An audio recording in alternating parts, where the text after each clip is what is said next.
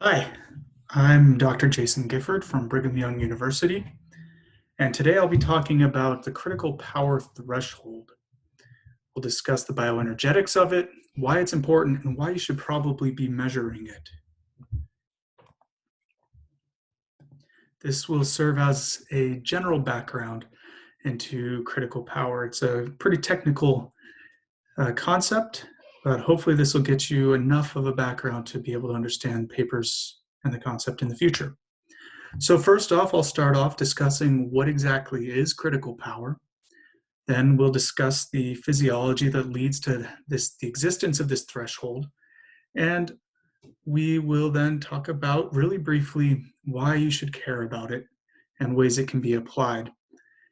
Um, in general, the critical power threshold is a threshold in that if you're above critical power, your endurance is very small.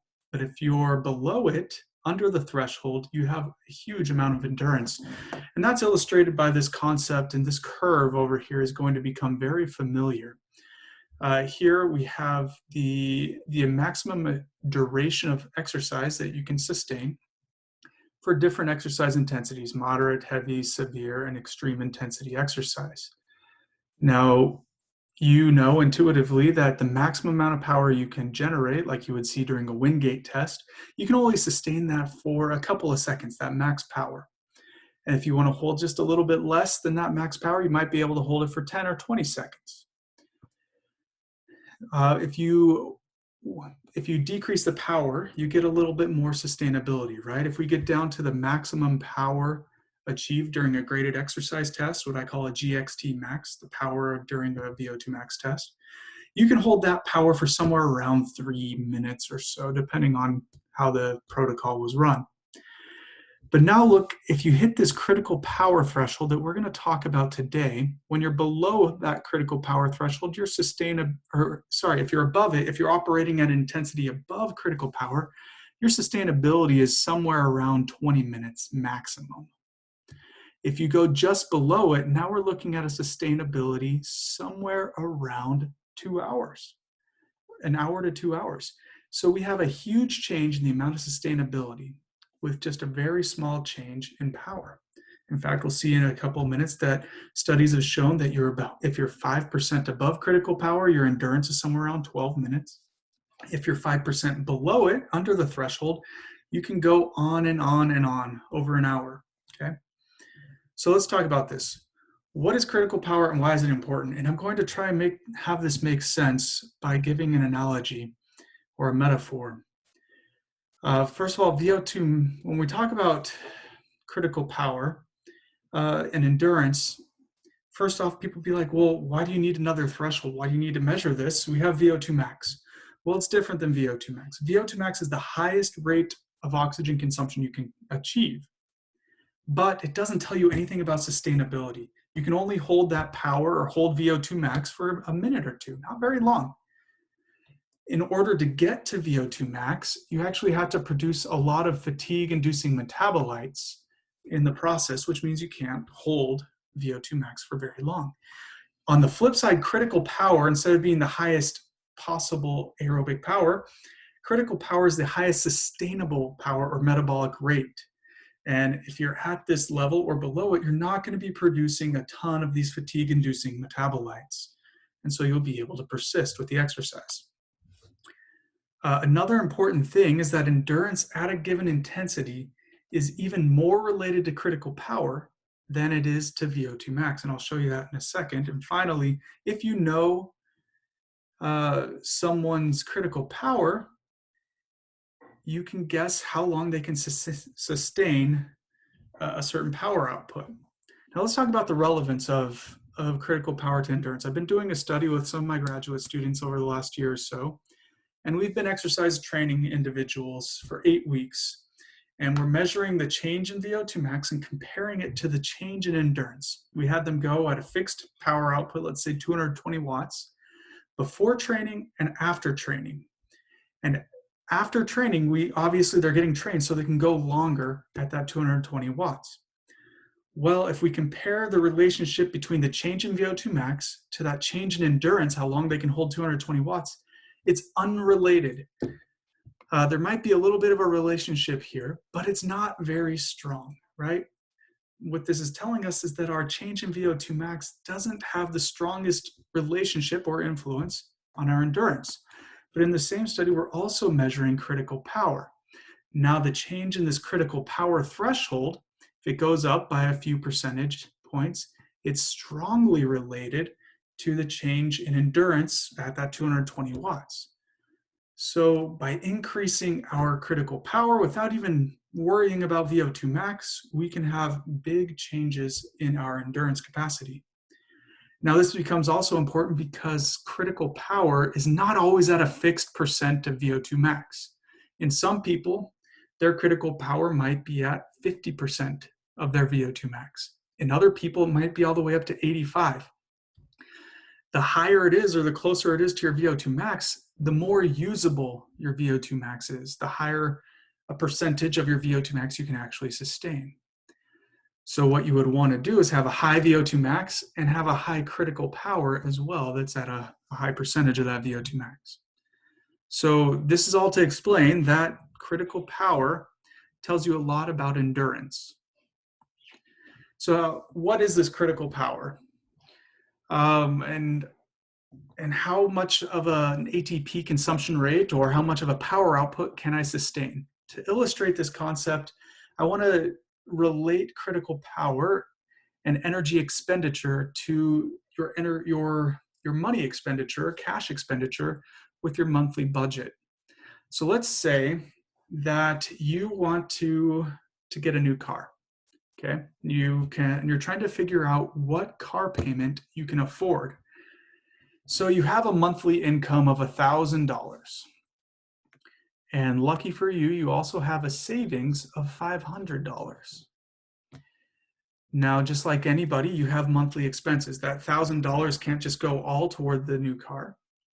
You have to pay off your other bills. You have like $100 in taxes. You have to pay your rent, your health insurance, your food, car maintenance, and then this emergency junk that just always seems to happen where you have to have extra cash on hand just in case. What happens is that when you take in all of your, when you look at all of the monthly expenses, you have $200 left at the end of the month that you're not spending from your monthly income. On top of that, you have this savings that you could tap into. So the question would be, how much car can you afford? Now we got these 4 different cars. We got this car that's $50 a month. Looks pretty sweet. And we got this, what is this, like a 2002 Prius or something, about $150 a month. We got this Hyundai, about a $241 a month. And then this sweet Shelby Mustang somehow for only $300 a month, okay? So let's figure out how many payments you could make before you run out of savings. So let's start with this. If you go with this $50 a month car, we're going to leave, we'll add on a $50 at the bottom here. That's going to leave you with $150 extra at the end of the month. So if we look at our savings, we can keep on making that payment and accrue money. We're not going to run out of our savings. So yes, we could afford that car, right? Makes sense. But what about this Shelby here? I really wish I could afford it, but it's $300 a month. So if it's $300 a month, I have $200 at the end of the month left over, minus $300. So I'm going to be negative $100 in the hole every month. So I'm going to have to take $100 out of savings every month. So what does that tell us? After, I'll be able to make the payment for the first month, second month, third month, all the way down to the 5th month. Once I hit that 6th month, I'm out of money. I don't have anything left in savings and I'm bankrupt, okay? You can't afford that. And now what the critical power is, the equivalent, if we call it like the critical, what would this be? Critical payment. Critical payment would be the payment you can make without without getting rid of going into your savings, I should say. This says 150, that would actually be 200. So the payment for that would be 200 a month, right? Because what I have here in my monthly expenses, I have 800 in expenses, but I have monthly income of 1,000. So if I can sustain up to $200 extra a month in this car payment without ever tapping into savings. If my car payment goes up to $201, that means every month I'm going to have to tap into that $500 savings. And eventually, in this case, after 500 months, I would run out of savings. So it's going to take a long time to run out of savings if my payment's $201. But if it's 210, that's $10 every month. And I'm going to run out of savings in about 50 months or 4.5 years. Okay. So the maximum amount, your maximum sustainable payment here would be $200, where you're not dipping into savings. If I went with $241 a month, what's going to happen here is that's going to max out my monthly income every month, and it's going to divide up my savings by 12 so that my payment will deplete my savings within 12 months. So if you see this at 241 bucks, I'm doing fine. I still have money in savings, money in savings, money in savings. And then after 12 months, I'm not going to be able to make the payment, right? So your critical payment is the payment you can make without dipping into savings. Once you start dipping into savings, eventually that savings is going to be depleted. Now, if we look at it in another way, what payment can we sustain? It really comes down to,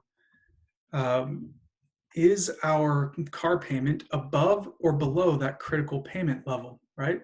If my car payment is above $200 a month, I'm not going to be able to sustain it indefinitely. But if it's 200 or below, I will always have money left over at the end of the month. I don't have to go into my savings. And so I will be able to make that payment forever, indefinitely.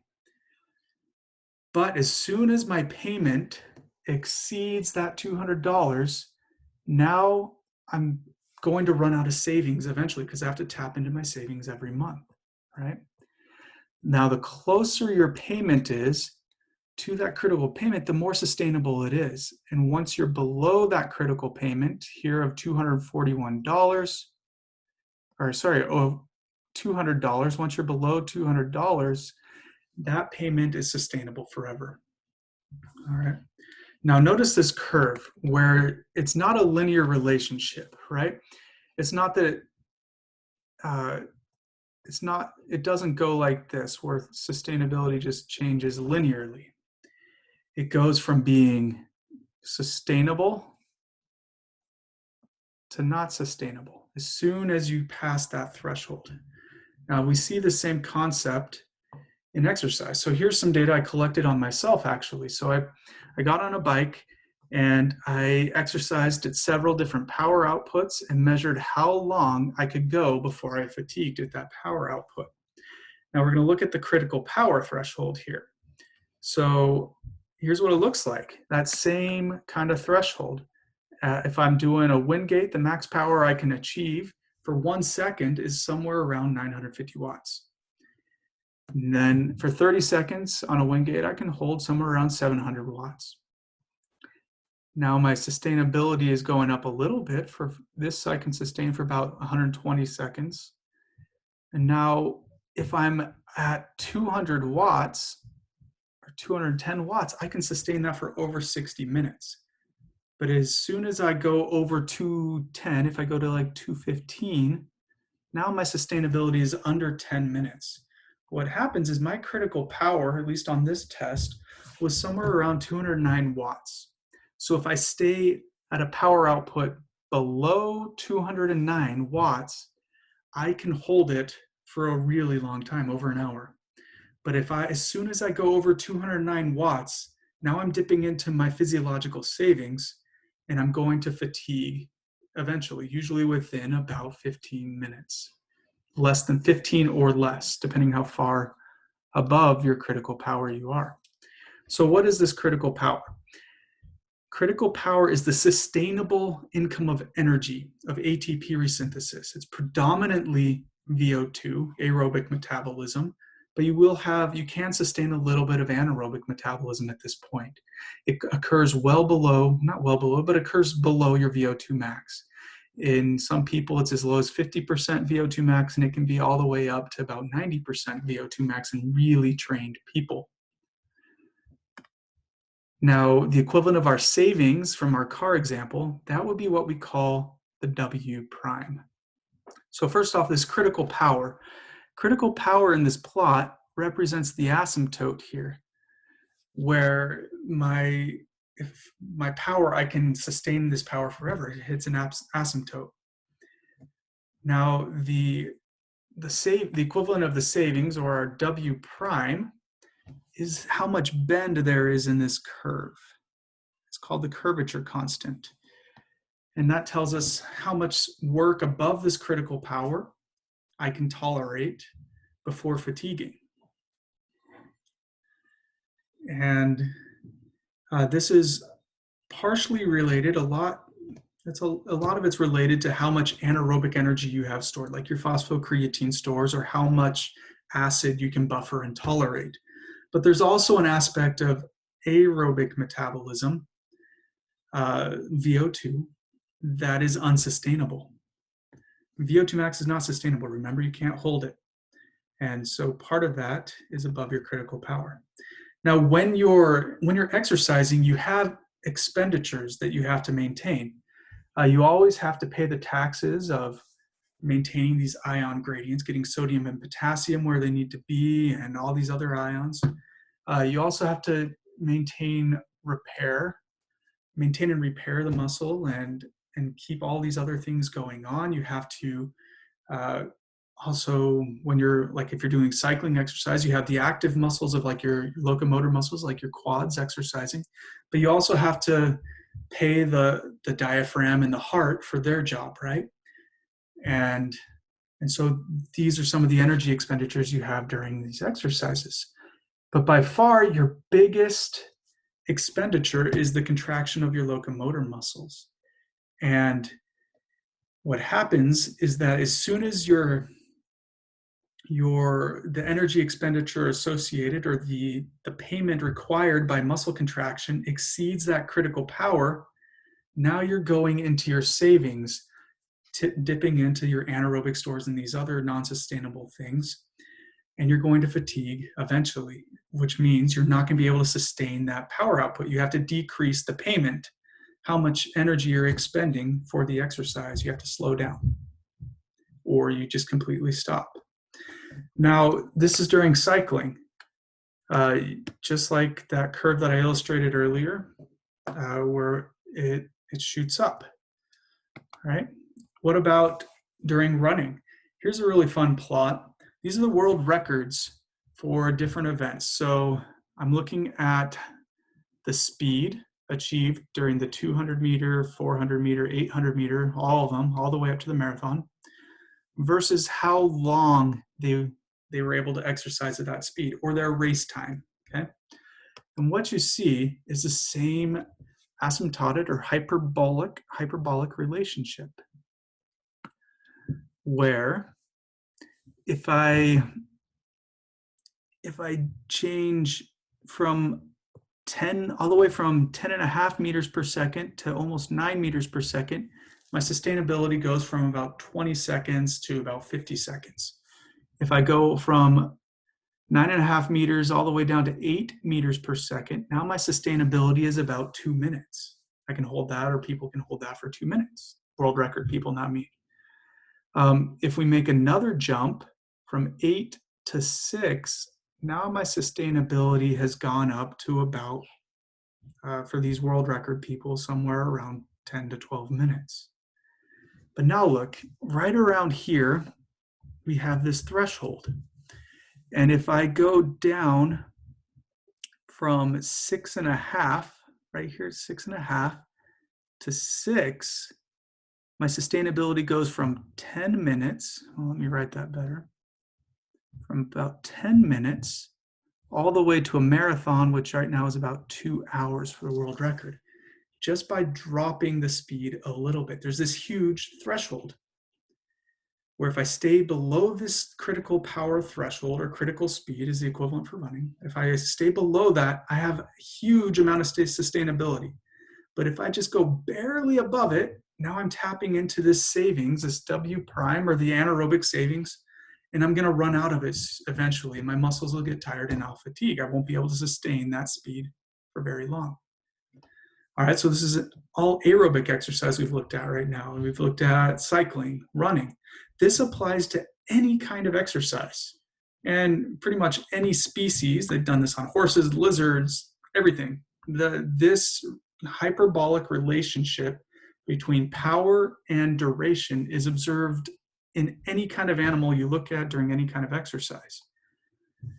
So here's an example. This is resistance exercise. So in this study, Burnley and colleagues had subjects do knee extension exercise at different percentages of their 1 rep max, or their maximum voluntary contraction, to be specific. And they looked at how many times or how long they could do that contraction. So they would do the contraction for 3 seconds, get a 2-second break, and then do it again for 3 seconds, get a 2-second break. And they kept going and doing as many reps as they could until they couldn't do that, lift that weight anymore. And so their 1 rep max, or their maximum voluntary contraction, by definition, they could only do it once.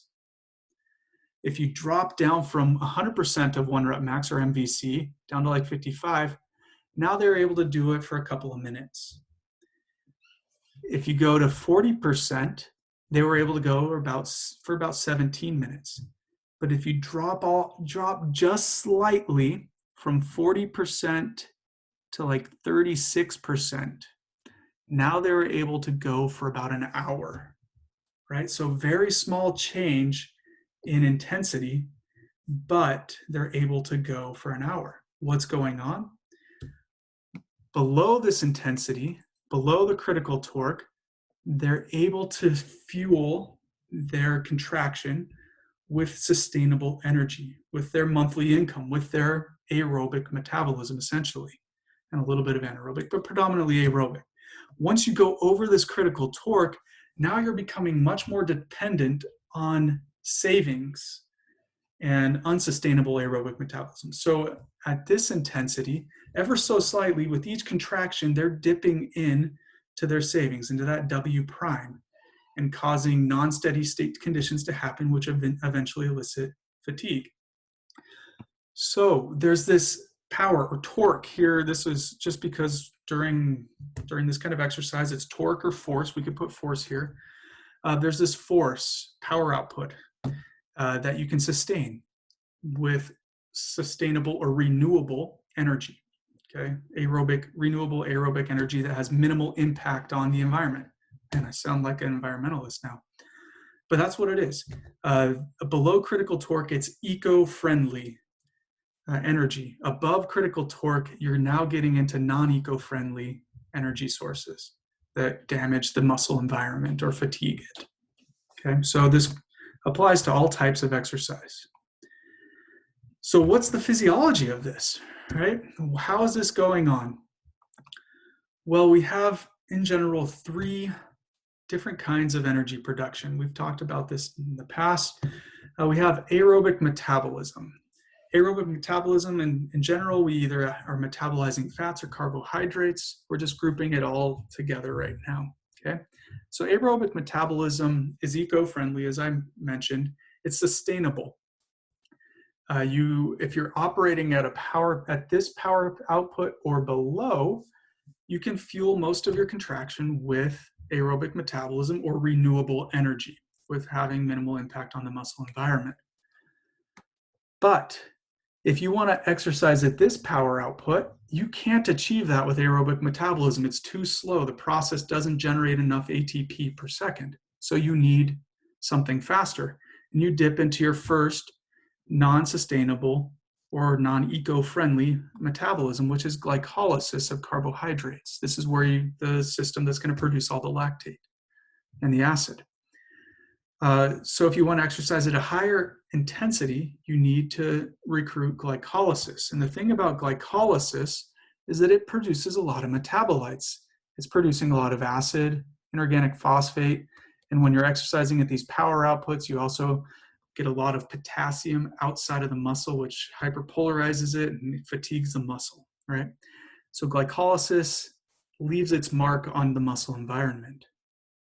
Another thing to point out is that if you want to get to the maximum aerobic metabolism, you also have to have some glycolysis going on. And you also need some phosphocreatine going on. You cannot get to VO2 max or maximum aerobic metabolism without recruiting glycolysis or phosphocreatine, because part of their products are used for the signaling in aerobic metabolism, like the ADP that's transported to the mitochondria because of the phosphocreatine shuttle is required to get up to VO2 max. So what that means is everything below this point is sustainable aerobic metabolism. Above this is non-sustainable.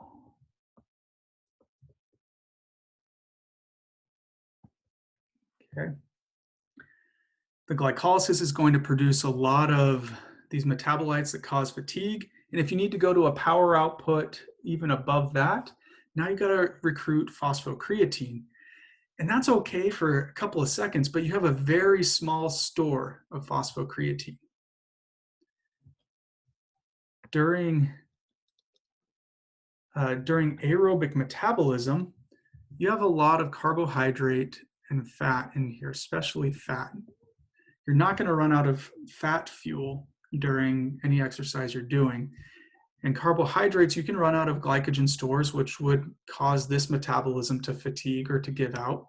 But if you're supplementing carbohydrates during exercise, you can keep doing this for quite a long time.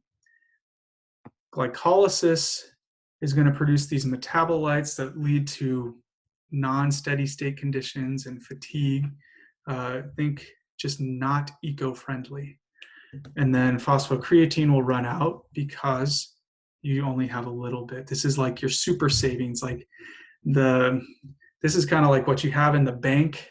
And these are like the coin collection that your dead grandpa gave to you right on his deathbed, right? You don't want to spend it, but you will if you desperately need to, and you only have a little bit of money there. All right, so how does this relate to critical power? When you're below lactate threshold, you can meet your ATP demand. The ATP demand is this black dash here. You can meet most of your ATP demand with aerobic metabolism. Once you get above lactate threshold, now you can see we got some yellow in here. That means that you're now becoming increasingly reliant on anaerobic glycolysis. You're producing lactate, but still the majority of your ATP resynthesis is met by aerobic metabolism. Once you get above critical power, your reliance on glycolysis is increased. It's accounting for more of your ATP than before, and there's evidence that indicates that now you're increasingly reliant on your phosphocreatine to meet that demand. And what did we just say about phosphocreatine? You only have a little bit of it. So if you're exercising above critical power, you're dipping into these phosphocreatine savings that are going to be depleted rather quickly. And so that's why you can't sustain it, because you need phosphocreatine to meet that ATP demand. I cannot reach this ATP resynthesis rate with my aerobic metabolism, because I can only resynthesize that much ATP aerobically at VO2 max. I can't do it. So in order to get to 50 arbitrary ATP units per second, I need to have both glycolysis and phosphocreatine contributing to the ATP resynthesis. I can't do it all aerobically.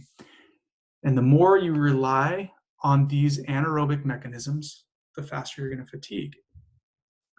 Now, if you get above what I call GXT max, this is the power output that you hit during a graded exercise test, the max power output. Once you get above that and above VO2 max, now your fatigue, you're so reliant on these anaerobic mechanisms that you can't sustain it for very long, and you fatigue before the aerobic metabolism has a chance to finally get up to max. All right, so let's look at this in another way. During moderate intensity exercise, this is below the lactate threshold, how are we meeting the ATP demand? So this red dashed line represents our ATP requirement. As we have to fill this whole square in with ATP. From the very start of the exercise, we need that much ATP per second or per minute. So we prefer to be eco-friendly and use our aerobic metabolism. Remember, it's sustainable. We have a lot of carbohydrates and fats around, and it doesn't produce a lot of nasty byproducts like acid or ADP or inorganic phosphate nearly as much, right? So we prefer to use this VO2, but it takes a couple of seconds or about a minute or two to get up to be fully engaged. It has a slow start. It needs to warm up, so to speak, and we'll talk about why that is on another day. So in the meantime, we have this ATP demand that's being used. We're consuming ATP and we need to resynthesize it. So at the start, we go into what we call an oxygen deficit, where we're paying for that ATP with these anaerobic mechanisms. So you can see there's a little red down here where we're using some phosphocreatine and a lot of yellow. So we're using, at the start of exercise, we're using phosphocreatine and glycolysis. But eventually, during moderate intensity exercise below the lactate threshold, we'll hit a steady state where almost all, like 99% of our ATP will be resynthesized aerobically. Now, if we go up a little more intense, so this is heavy exercise, heavy intensity. This is exercise above lactate threshold. Now our ATP demand has gone up, right? So now we have to reach a higher ATP resynthesis rate. And so we try to do that aerobically. So we have a bigger VO2. It still takes a while to get the VO2 warmed up and kicking, but something above lactate threshold happens. You have the introduction of something called the slow component, where the VO2 doesn't hit this steady state right away. It actually takes a longer time, somewhere around 10 minutes to hit a steady state. So it keeps climbing, but eventually it plateaus here. Now notice my ATP resynthesized aerobically is only reaching there at the end. Above lactate threshold, you're never reaching your full ATP demand aerobically. You always have an anaerobic component. And so at the start of the exercise, just like before, we have that deficit where we're waiting for aerobic metabolism to get up. So we've used some phosphocreatine, we've used some glycolysis, but even once we finally hit steady state and we're exercising for like 20 minutes, 30 minutes, even 2 hours, we're still using anaerobic glycolysis to meet the ATP demand. And how do I know that? Because we're above lactate threshold. There's lactate in the blood, quite a bit of it, and so we know anaerobic glycolysis is going on. But eventually we hit this steady state, and steady state means sustainable, eco-friendly, so to speak. Now, if we're above critical power, this is called severe intensity exercise. Our ATP demand has gone up even higher. We need more ATP. And to reach that, now we're becoming increasingly reliant on our phosphocreatine, right? At the start of the exercise, we need phosphocreatine while we're waiting for the VO2 to get up, warmed up. And we're also using the glycolysis while we're waiting for VO2 to get warmed up. But the thing that happens, just like during heavy intensity exercise, we never reach the full ATP requirement aerobically, right? This blue line is always below the red dash line, or the ATP requirement. So we're always using anaerobic metabolism, just like in heavy intensity exercise.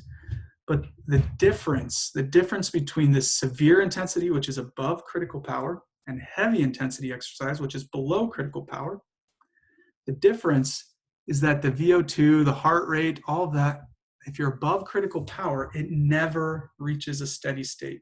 It never gets comfortable. It is super not eco-friendly, okay? Your heart rate will continuously increase until it reaches max heart rate and you fatigue. Your VO2 will keep going up and up and up and up until you hit VO2 max and fatigue. Part of what's going on is that you're requiring phosphocreatine the whole time. And as those phosphocreatine stores are depleted, and as you're becoming increasingly reliant on your anaerobic glycolysis and producing more and more acid, you're creating a very inhospitable environment for the muscle and for the rest of the body, and you fatigue. Okay. Now you have extreme intensity exercise. This is like anything under 2 minutes where you're going really high intensity. The ATP demand now is extremely high, and you're using up the phosphocreatine. Think like a 200-meter sprint or a 400-meter sprint. You're using up that phosphocreatine, and you're super reliant on anaerobic glycolysis. But it's over so fast, you fatigue so fast because you're using these non-eco-friendly metabolic pathways. It ends so fast that your aerobic metabolism down here doesn't really ever have a chance to get going. Once the exercise is over, you breathe heavy, but you don't hit VO2 max above critical power. Sorry, let me restate that. You only hit VO2 max, by definition, VO2 max is only hit in severe intensity exercise. If you are ending before you can hit VO2 max, that's extreme intensity exercise. All right, so how does this relate to endurance? We've talked about these different energy pathways, right? So moderate intensity exercise, we're predominantly aerobic metabolism. And so if we look at the duration of moderate intensity exercise, you can go hours and hours at this, walking, light jogging, right? If we go above the lactate threshold into what we call heavy intensity exercise, you can see we have some of this anaerobic glycolysis. That's going to put us a little less sustainable, but we can still sustain it. We can handle a little bit of glycolysis as long as it's not too much. And so this is sustainability of this heavy intensity exercise is a couple of hours, right? So marathoners, these elite guys and girls are running somewhere around this, just barely under their critical power. So they're in this heavy intensity domain, going really fast. Well, they're going fast for a couple hours here. Now, when you get to above this critical power threshold into the severe intensity, look, we're reliant on that anaerobic glycolysis and the phosphocreatine. And so gradually, with every pedal of the bike or with every step in our run, we're taking out a little withdrawal from our savings account of phosphocreatine, and we're depositing a little more acid, making the environment a little less healthy for our muscle. And so we're getting more fatigued every time, and we're going to fatigue eventually. So at that threshold, above critical power, we're reliant on phosphocreatine a lot more, and so we'll fatigue. And the further above, the further you use that phosphocreatine, the faster you produce acid, and the faster you fatigue. But if we stay below that threshold, now we're not as reliant on phosphocreatine, and we're only producing a moderate amount of acid, so it's very sustainable. Think about this. What if you were trying to run a 2-hour marathon, or the fastest marathon possible, and it's going to be, let's say, 2 or 3 hours. If you know your critical power, what you know is that you need to run just below it, otherwise you're going to fatigue too soon. Let's say you're trying to max out your speed, and you're like, okay, I think I can run it. Let's say I'm going to run it right at this power output or this speed. If you try that, you're going to fatigue about 40 minutes into the race, 30 to 40 minutes into the race, probably less. But if you just move over your speed a couple, like 0.5 miles per hour, now you'll be able to make that, you'll finish the marathon at that speed. The critical power threshold it's a threshold. It's hard to get into very, very exact power output or speed down to like 0.01. It can vary a couple percent, like 1 or 2% per day. But if you're above it, you're going to fatigue. If you're just below it, you'll be able to go and finish that marathon. Okay. So what does the physiology look like above or below? Right. So what I've been telling you is that above critical power, we're depleting phosphocreatine. Below, we're not. Right. And so Jones in 2008 had people do some knee extension exercise in an MRI. It looks a little silly. It's kind of hard to imagine, but they're doing essentially this exercise while laying down in an MRI.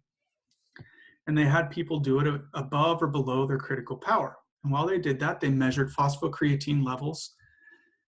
So here's phosphocreatine levels, 5% or 10% below critical power. If below critical power, they were able to go for 20 minutes and could have kept on going longer. But the researchers wanted to go home and eat or something, so they stopped them at 20 minutes. If they were 10% above critical power, phosphocreatine levels depleted, and they fatigued within about 10 minutes, right? So you see the sustainability difference again. Above critical power, not sustainable. Below it, sustainable. But you also see that now we're using a lot more phosphocreatine if we're above critical power. And on the same token, above critical power, we get what's called an inexorable or inevitable rise in inorganic phosphate and a continuous or an unavoidable decrease in pH or rise in acidity. But if we stay below that threshold, just barely, we get inorganic phosphate out there, but it plateaus or steady states and you can sustain it. Same with the pH. You're going to get more acidic because you're exercising and you're above lactate threshold, but it's sustainable. You get a steady state. By definition, critical power is the highest power output you can achieve a steady state at, whether it's VO2 or heart rate, pH, inorganic phosphate, phosphocreatine levels. It's the highest power output you can sustain. You can get a steady state. If you go 1% above that critical power, all these things will progressively go down and down and down.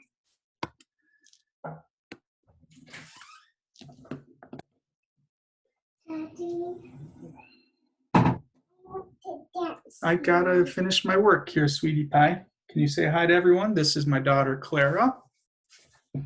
She's coming in to say hi.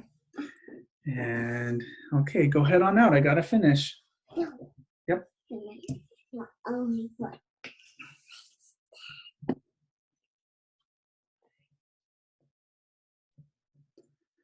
All right, so another important thing about the physiology above or below critical power is that phosphocreatine recovery does not happen when you're exercising above critical power. If you're below it, you'll get some recovery of phosphocreatine during exercise. The further below it, the faster the recovery. Now, in this study, Chidnock et al., I don't know if I'm saying that right, sorry if I am saying it wrong. Chidnock et al. Had people do exercise in an MRI and they measured phosphocreatine levels during the exercise and then during recovery. Now they did the same exercise 3 times and got the same utilization or depletion of phosphocreatine. Now what differed on the 3 different times is how they recovered. One time they let them do recovery where they just laid there and phosphocreatine recovers pretty quickly over a couple of minutes. Okay. Another time they had them do an active recovery where they're exercising at an intensity just, I think this is 10% below critical power, so just barely below critical power, and you get a little bit of a recovery there. Not as fast and not as much of a recovery of phosphocreatine as at rest, but you're still recovering some while you're exercising. And then they had them another time do it while do a recovery, but active recovery, but this time just above critical power. And doing that active recovery above critical power, they recovered no phosphocreatine. Remember, above critical power, you have to use phosphocreatine. And so they could only hold that active recovery for a minute. So it wasn't much of a recovery because they're getting exhausted by the recovery itself. So the point here is that above critical power, you do not recover phosphocreatine because all of your energy expenditures are dedicated to the exercise. You don't have time to recover your phosphocreatine. This is kind of like going back to that example with the car at the beginning.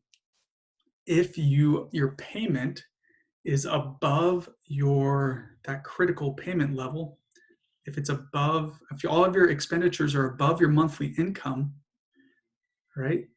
So you make $1,000 a month and your expenditures are 1,100 a month, you are not going to be able to put anything into savings because all of your money is dedicated to your expenditures. In fact, if you're at 1,100, you're going to be dipping out of savings every month, right?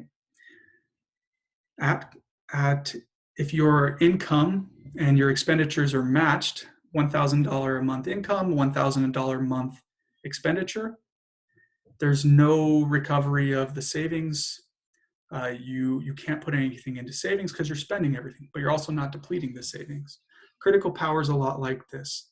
If you're exercising below critical power, you're able to recover some of that phosphocreatine, put some more back into savings for later.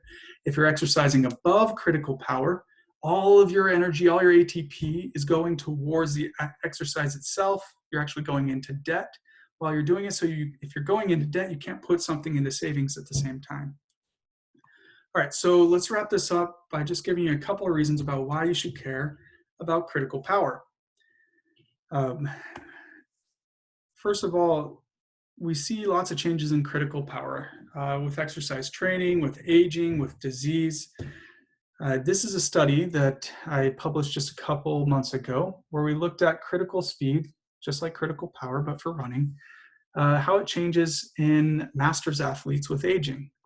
And so you can see that your elite masters athletes, 35-year-olds, have their critical speed somewhere around 4.75 meters per second, and it decreases with age.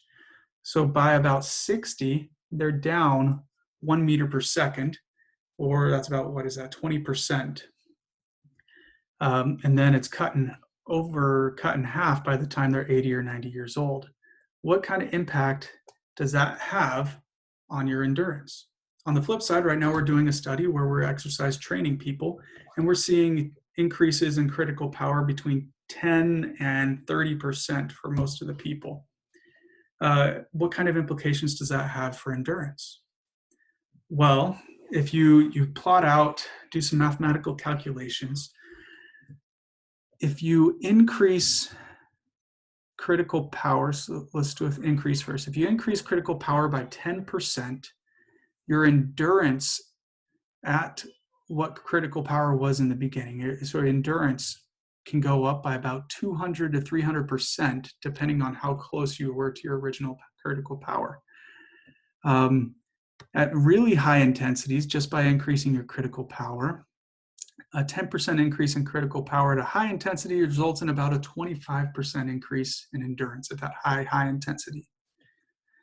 Now let's see on the flip side, if you decrease critical power by 10%, something that used to be sustainable, like 110 right here used to be sustainable, but we decrease the critical power down.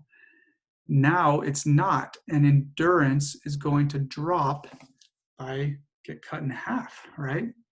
So small changes in critical power can have a big impact on your endurance, right? Just a 10% increase in critical power can change your endurance at this 110% by 200%. And just to prove that, here's some data that we've collected recently looking at the percent change in critical power versus the percent increase in endurance. So I had people exercise at the same power output before and after training. On average, it was 220 watts. They did the same power output before and after 8 weeks of training. And how long they lasted was strongly related to the change in critical power. So that a person that had a 10% increase in critical power, they were averaging about a 50% increase in their endurance at 220 watts. So if before they could go 100 seconds at 220 watts, now that person that had a 10% increase in critical power can go 150 seconds, right? And people who had we had some real big overachievers here, some that are around 50 to 60% increase in critical power. They're seeing about a 300% increase, threefold increase in endurance. So if they could only do 100 seconds before, after the training with this 60% increase in critical power, now instead of 100 seconds, they can do that same power for 300 seconds. So small changes in critical power have a disproportionately large impact on endurance. Now, one last thing that I'll have you consider, I won't go into too much detail on this, but these parameters of critical power, the critical power is the asymptote, and W prime is the curve or the bend in the curve. If you know those values, and I can teach you on another day how to calculate these, it's pretty easy. If you know these values, you can predict optimal race performance with a high degree of accuracy. If you want to know how quickly someone, the fastest race time they can do, you take the race distance minus their distance prime, which is just the running version of W prime, and then divide that by their critical speed. Or if you want to know how long someone can last for a workout, like you want to make sure they get to exhaustion during their workout, find out what their W prime is, that's savings, how much they have in savings, know their critical power, and then select the power output. Let's say my critical power is 210 watts. So this is 210, and I want them to exercise at 300 watts. And my W prime, let's say, is 15,000 joules. So you just do this math and you can find out Jason should be able to do this 300 watts for, I'm just completely making this up right now, but for 5 minutes. And so you could set my workout to be as much as possible, right? If you want to know more about how to do this, I encourage you to look at this article by Jesse Craig and colleagues. It has a lot of explanations on how to do this. All right, that's it for now. Hopefully you have a better understanding of what the critical power concept is and what W prime is, like that savings. And we'll talk more later about how to apply it. I hope you guys have a great day.